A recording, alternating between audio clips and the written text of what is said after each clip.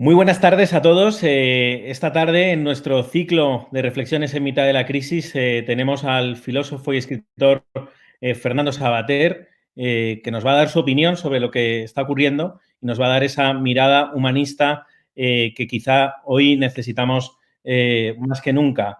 Fernando, muy buenas tardes. ¿Cómo te encuentras? ¿Qué tal llevas el confinamiento?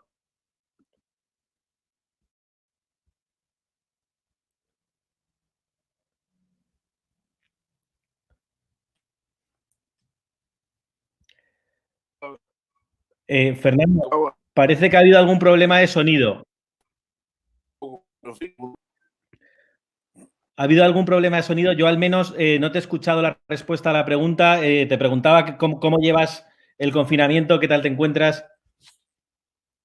Bueno, yo me encuentro bien, ¿no? De salud y eso bien, aburrido un poco.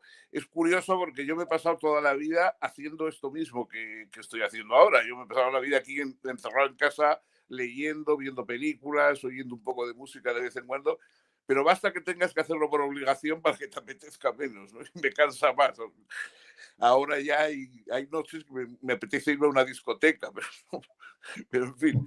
Pero bueno, por lo demás, ya te digo, no echo de menos los paseos, echo de menos la Concha, que la tengo ahí tan cerquita y está bonita, pero habrá que resignarse. Me decías el otro día que empezaba a molestarte un poco el tono de algunos, decías tú, predicadores, ¿no? Que parece que estamos ante las 10 plagas de Israel. Sí, sobre todo esa manía de enseguida sacar conclusiones moralizantes, ¿no? Hemos vivido equivocados, tenemos que cambiar nuestra manera de existir, la culpa la tienen los abusos del egoísmo, de la falta de respeto a la ecología, el no sé qué, bueno, todas esas cosas. No, lo que pasa es una plaga y se acabó. O sea, ha habido plagas desde que los seres humanos tienen memoria, y ahora, claro, como somos muchos más, nos comunicamos muchos más, etcétera, pues tiene una virulencia especial. También tenemos muchos más medios para enfrentarnos a ella y para contrarrestarla. Pero vamos, eso de enseguida empezar a sacar conclusiones como en la Edad Media, que es un castigo divino. Ahora los castigos divinos se llaman castigos de la naturaleza o castigos en fin, algo por el estilo. Bueno, eso me parece insoportable, sobre todo la lata de los moralistas, esas repitiendo las mismas cosas. Y ahora nos enteramos de lo importante que son los otros, y tal, como si hubiera cabido esperar hasta 21 siglos y una plaga para enterarnos de que los otros son importantes en la vida de los seres sociales, ¿no? Sin embargo, sí estarás de acuerdo, Fernando, en que se van a producir cambios importantes, ¿no? Y que después de esta crisis se puede producir un antes y un después. Bueno, un antes y un después es evidente. Todo lo que ocurre desde las crisis hasta los embotellamientos de los fines de semana, siempre hay un antes y un después. Eh, Mira, hoy estos días ha muerto con 15, 20 días de separación el padre y la madre de Miguel Ángel Blanco, el muchacho asesinado por ETA. Bueno, en aquel momento fue una verdadera conmoción nacional. Todo el mundo dijo esto de que habrá un antes y un después. Bueno, pues en este momento la mayoría de la gente de menos de 30 años, y no digamos incluso de 40, diría yo, no saben quién fue Miguel Ángel Blanco, no saben quién fueron sus padres, no saben lo que ha pasado, viven exactamente igual que si no hubieran existido nunca. En fin, todas estas cosas de los grandes cambios de la humanidad, pues no, no sé, o sea, la humanidad cambió cuando hubo la peste en Europa, que le sirvió a Boccaccio para escribir el Decamerón, y lo que quedó es el Decamerón. La peste hemos seguido viviendo bastante parecido antes y después de la peste. Ujú. Decía ya Aristóteles que el fin del ser humano es la felicidad. ¿Qué pistas nos puedes dar en estos días duros y en los que vienen? Bueno, no sé. Eh, Haría que era muy interesante es que la felicidad nunca se sabe si alguien ha sido feliz o no ha sido feliz hasta el último momento. Es decir, hasta la felicidad es siempre algo reversible. Tú puedes creer que tú eres feliz o que alguien es feliz, pero mientras eres vulnerable, nunca puedes estar seguro de la felicidad. Nadie puede estar seguro ni de su felicidad ni de la de otro mientras esté en el mundo de la vulnerabilidad, que es en el que vivimos todos.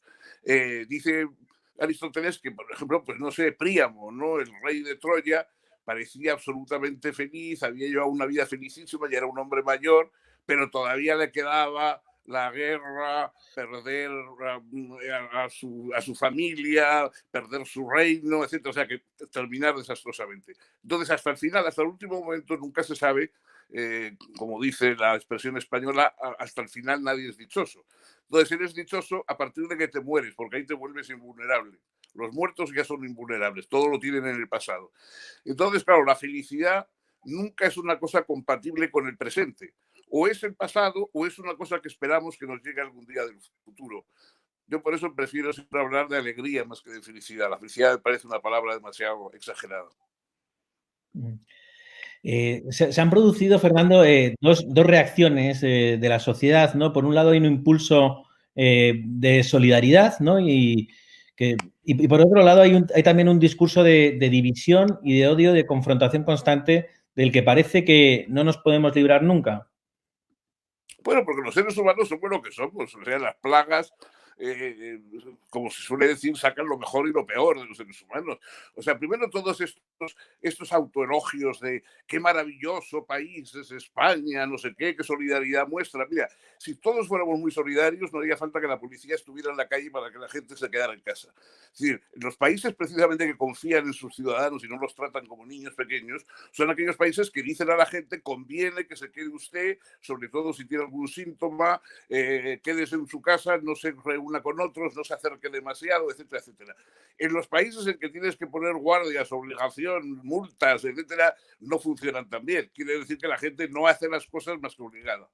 Entonces, bueno, efectivamente hay gente que está mostrando pues, que es muy buenas personas y que son gente que se compadece de los demás, y luego pues canallas como son los nacionalistas separatistas, etcétera, pero en fin, eso ya lo sabíamos de antes de la plaga. O sea, la verdadera plaga son ellos, ¿no?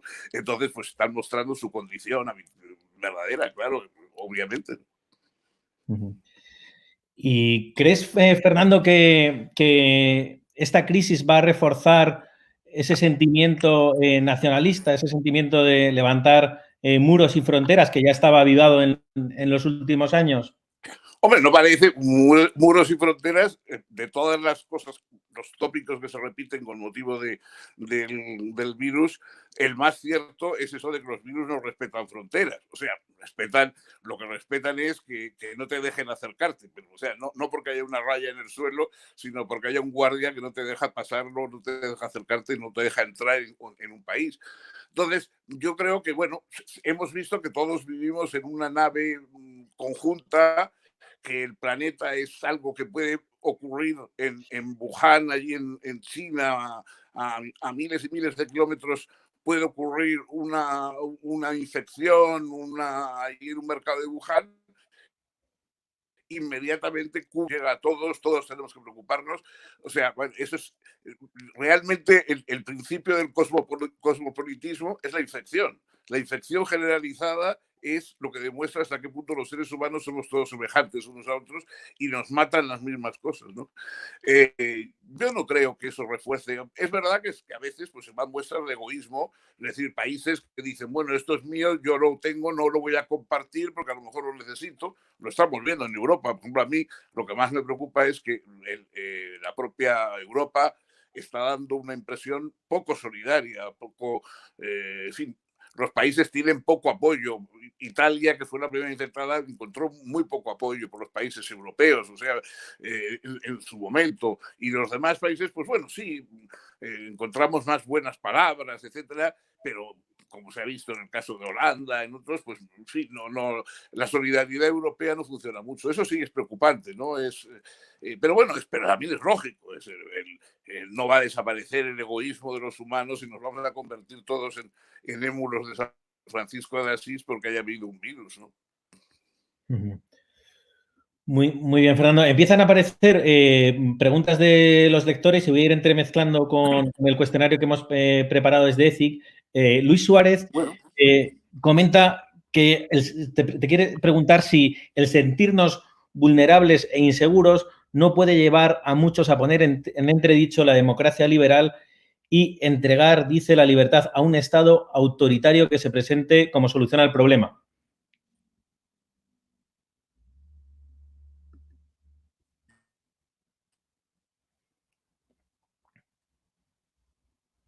bueno, eso Hobbes basó su doctrina del Estado absoluto en el miedo, ¿no? Él dijo que el primer sentimiento, el sentimiento que hace que tengamos que respetar un Estado, etcétera, es el miedo, porque si no tuviéramos, si no viviéramos amparados por esas instituciones del Estado, nuestra vida sería más breve y más brutal y más estremecedora, ¿no? Entonces, bueno, el miedo evidentemente es un argumento a favor de decir, ampárese, métase aquí debajo de mi ala que yo le protejo, ¿no? Y es tendencia general. Tú fíjate, por ejemplo, esta metáfora que se ha impuesto, entre nosotros, ¿no? Que dice, esto es como la guerra. Es que todo hay que hacerlo porque estamos como en guerra. No, señor, porque no estamos en guerra, ni muchísimo menos. O sea, a pesar de que todos estén hablando de que esto es la guerra, a ver si Sánchez nos parece Churchill, esto no es una guerra. Pero lo que pasa es que la apelación a la metáfora de la guerra justifica todos los maximalismos, justifica todos los atropellos a las libertades individuales, justifica que no se conceda ya ninguna importancia a la decisión personal, sino que todo sea impuesto desde arriba. Sí, efectivamente,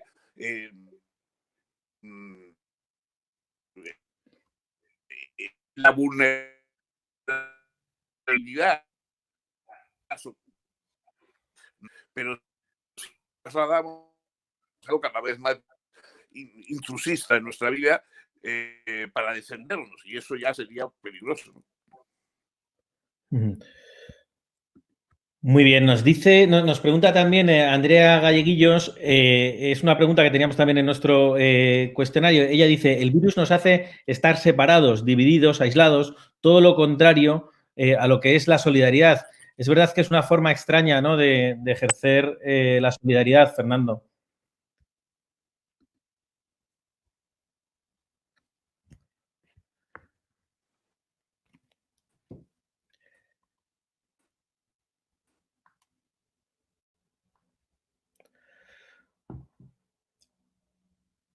Bueno, parece que hemos perdido a Fernando Savater. Vamos a esperar unos segundos. Fernando, te hemos perdido por un momento. No, yo te he perdido a ti. Tú has desaparecido de la escena, no, te he cortado lo que estabas diciendo y bueno, yo sería, pero te he perdido tu voz y tus palabras. Vale, pues la pregunta que nos hacía esta lectora, Andrés Galleguiños, era que el virus nos hace estar separados, divididos, aislados, ¿no? Y que eso es todo lo contrario de la solidaridad. En efecto, ¿qué forma tan extraña de ejercer la solidaridad? Bueno, es decir, evidentemente ser solidario es hacer aquello que beneficia al otro. Si beneficia al otro en un momento determinado, que te apartes de él, que no te acerques para no contaminarle, en fin, mantener esa distancia social, etcétera, bueno, pues eso puede ser solidario, aunque físicamente te apartes del otro. O sea, la solidaridad no simplemente es echarte encima del otro, ¿no? También un carterista se te echa encima y no es solidario. No, la solidaridad es una actitud hacia nosotros, es hacer las cosas que nosotros les vienen bien, que necesitan nosotros. Entonces, si apartarte de nosotros se prueba que es la mejor forma de combatir o de aplacar el virus, pues bien está, ¿no? La solidaridad no es algo externo, folclórico, sino que es entender qué es lo que necesitan los otros y dárselo.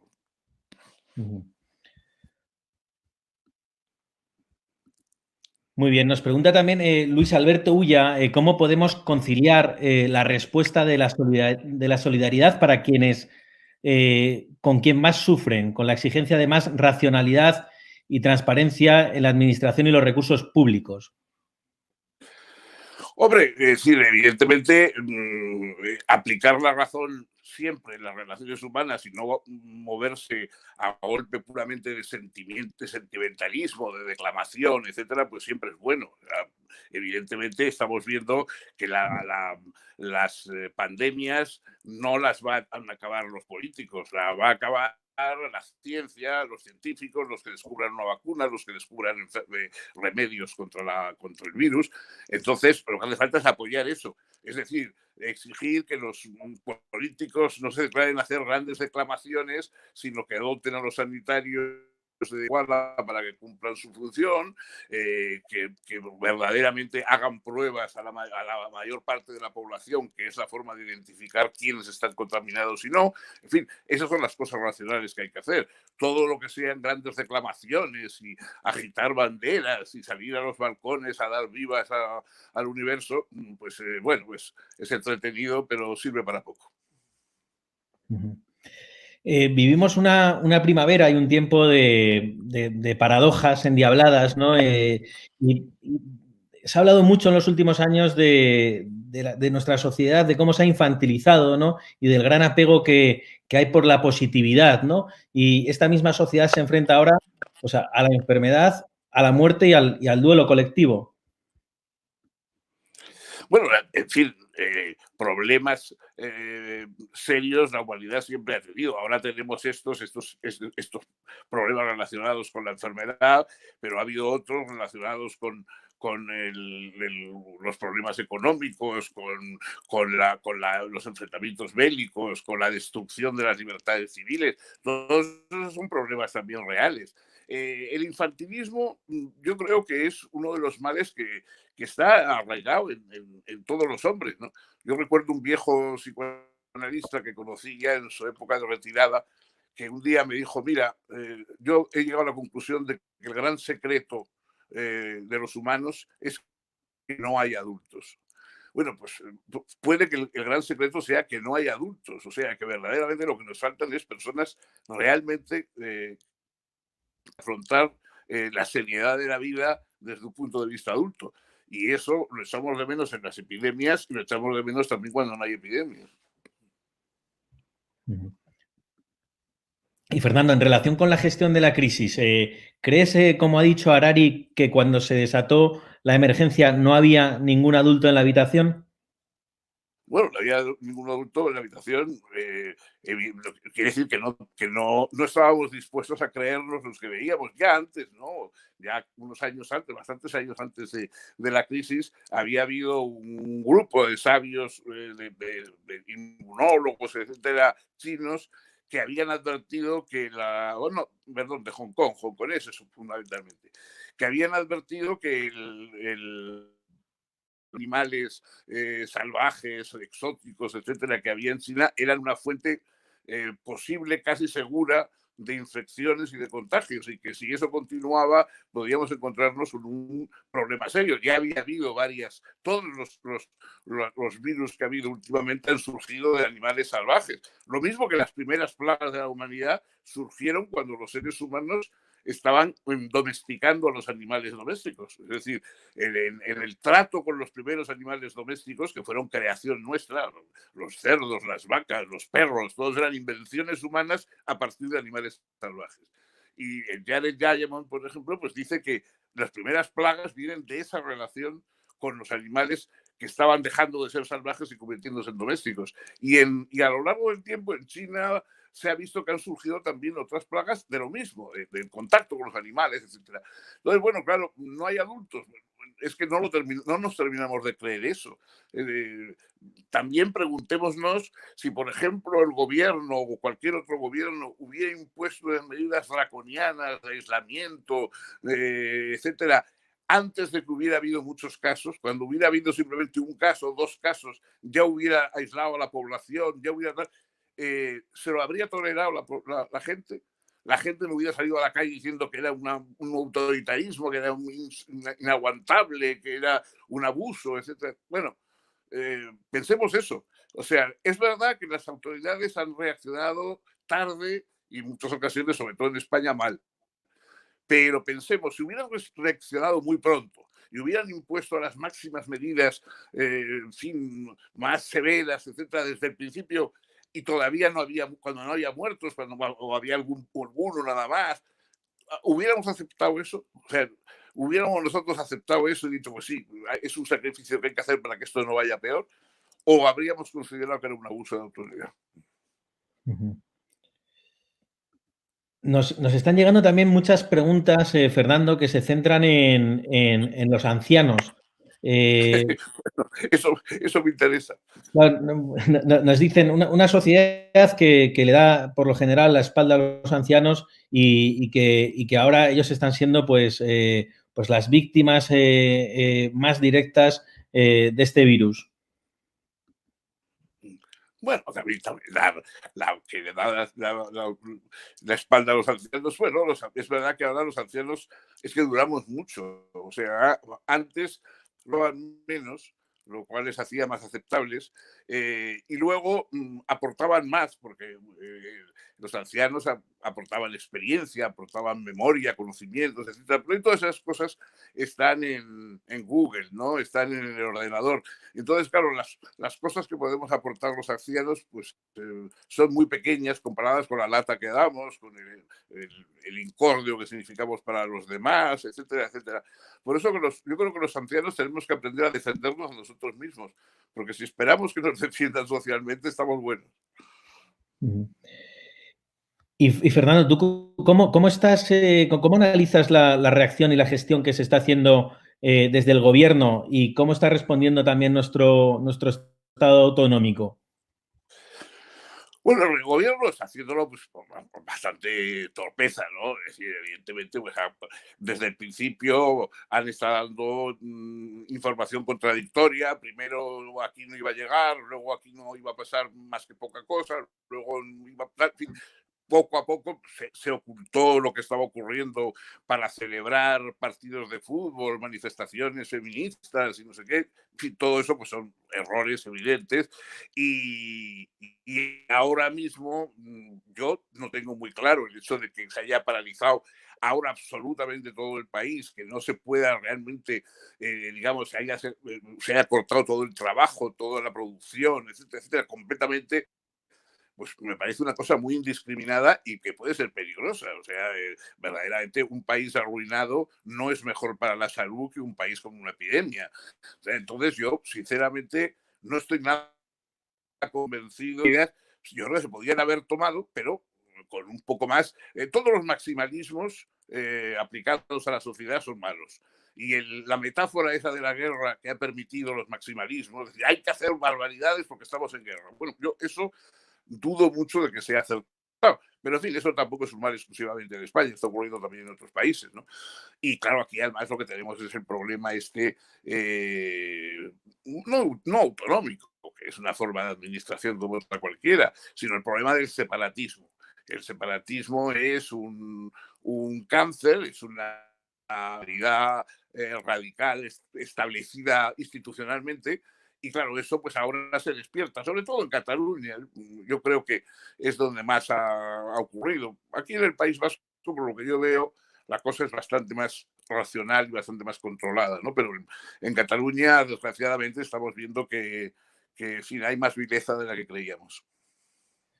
Nos decía el otro día José Antonio Zarzalejos que esta crisis sanitaria va a suponer un golpe letal para el independentismo. ¿Tú qué piensas? No, el independentismo es mucho más duro de exterminar que el virus, ¿no? O sea, decir, yo ya quisiera yo que el independentismo fuera como el virus, que más o menos encontramos una vacuna y tal. No, para eso no hemos encontrado vacuna y estamos buscando la vacuna contra el independentismo desde el siglo comienzos del XIX y seguimos sin encontrarla, ¿no? Eso va a tardar más que la vacuna del coronavirus. Muy bien. Y Fernando, ¿qué lecturas nos recomendarías? Y si quieres también, ¿qué películas nos recomendarías para estos días? No, y eso mira, los gustos literarios, cinematográficos, es masturbación, ¿no? recomendar. O sea, la imaginación no admite recomendaciones, cada uno se complace con unas cosas. Yo estoy leyendo muchos libros, los tenía ahí acumulados esperando el momento para leerlos y ahora pues panzada, una orgía de leer, ¿no? Cuéntanos, Y cuéntanos cuáles están siendo tus lecturas, Fernando. Es que ya te digo, leer a Thomas Berg. Digo,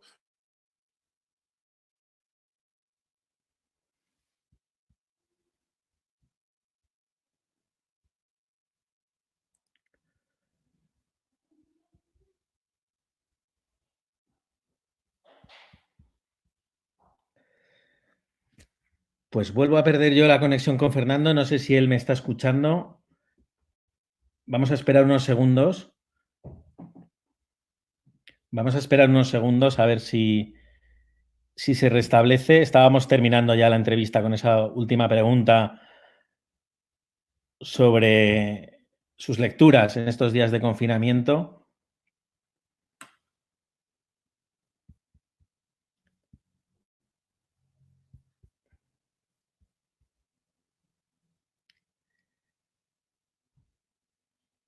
Y bueno, parece que la conexión se nos ha ido definitivamente. A ver, me dicen, ¿Fernando está? Te oigo perfectamente. Tú te Vale. vas y no te has ido, pero yo te oigo perfectamente. Bueno, pues no sé, vale. Me están diciendo por aquí que a mí se me seguía viendo, pero a ti no. Te preguntábamos por las lecturas que estás haciendo estos días, pues si puedes compartir un poco pues esas últimas lecturas que estás haciendo. Que ya te digo que vamos, son difíciles de compartir porque son gustos muy privados. No sé, yo leo mucho, estaba diciendo a un novelista policíaco alsaciano que se llama Paul Anter, que me gusta mucho y estoy leyendo sus novelas, pero seguro que no lo conoce nadie. O sea, yo casi nunca estoy leyendo las cosas que leen los demás, ¿sabes? O sea, yo leo otras que me interesan más. Muy bien, pues mira, tengo aquí a dos amigas tuyas que te quieren saludar. A ver. Te quieren mandar un beso. ¡Hombre! ¡Hombre! Amigas más guapas, qué suerte tengo. ¿Qué tal? ¿Cómo vais? ¿Cómo Bien. lleváis la cosa? ¿Os aburrís? No. ¿Os aburrís o no os aburrís? ¿Eh? No. ¿Qué hacéis vosotros? A ver, ¿qué hacéis? Bueno. ¿A qué jugáis? O sea, Pues, lo más divertido. cocinamos. Os oigo un poco mal, pero bueno. Pero os veo muy bien, os veo estupendo a las dos. Cocinamos con mamá. ¿Sí? A tanto no he llegado, ¿no? Bueno, pues te mandamos un abrazo muy fuerte, Fernando. Seguimos en contacto. Muchísimas gracias por tu tiempo y por tu cercanía siempre, ¿vale? Venga, gracias a vosotros y mucha suerte. Muchas gracias.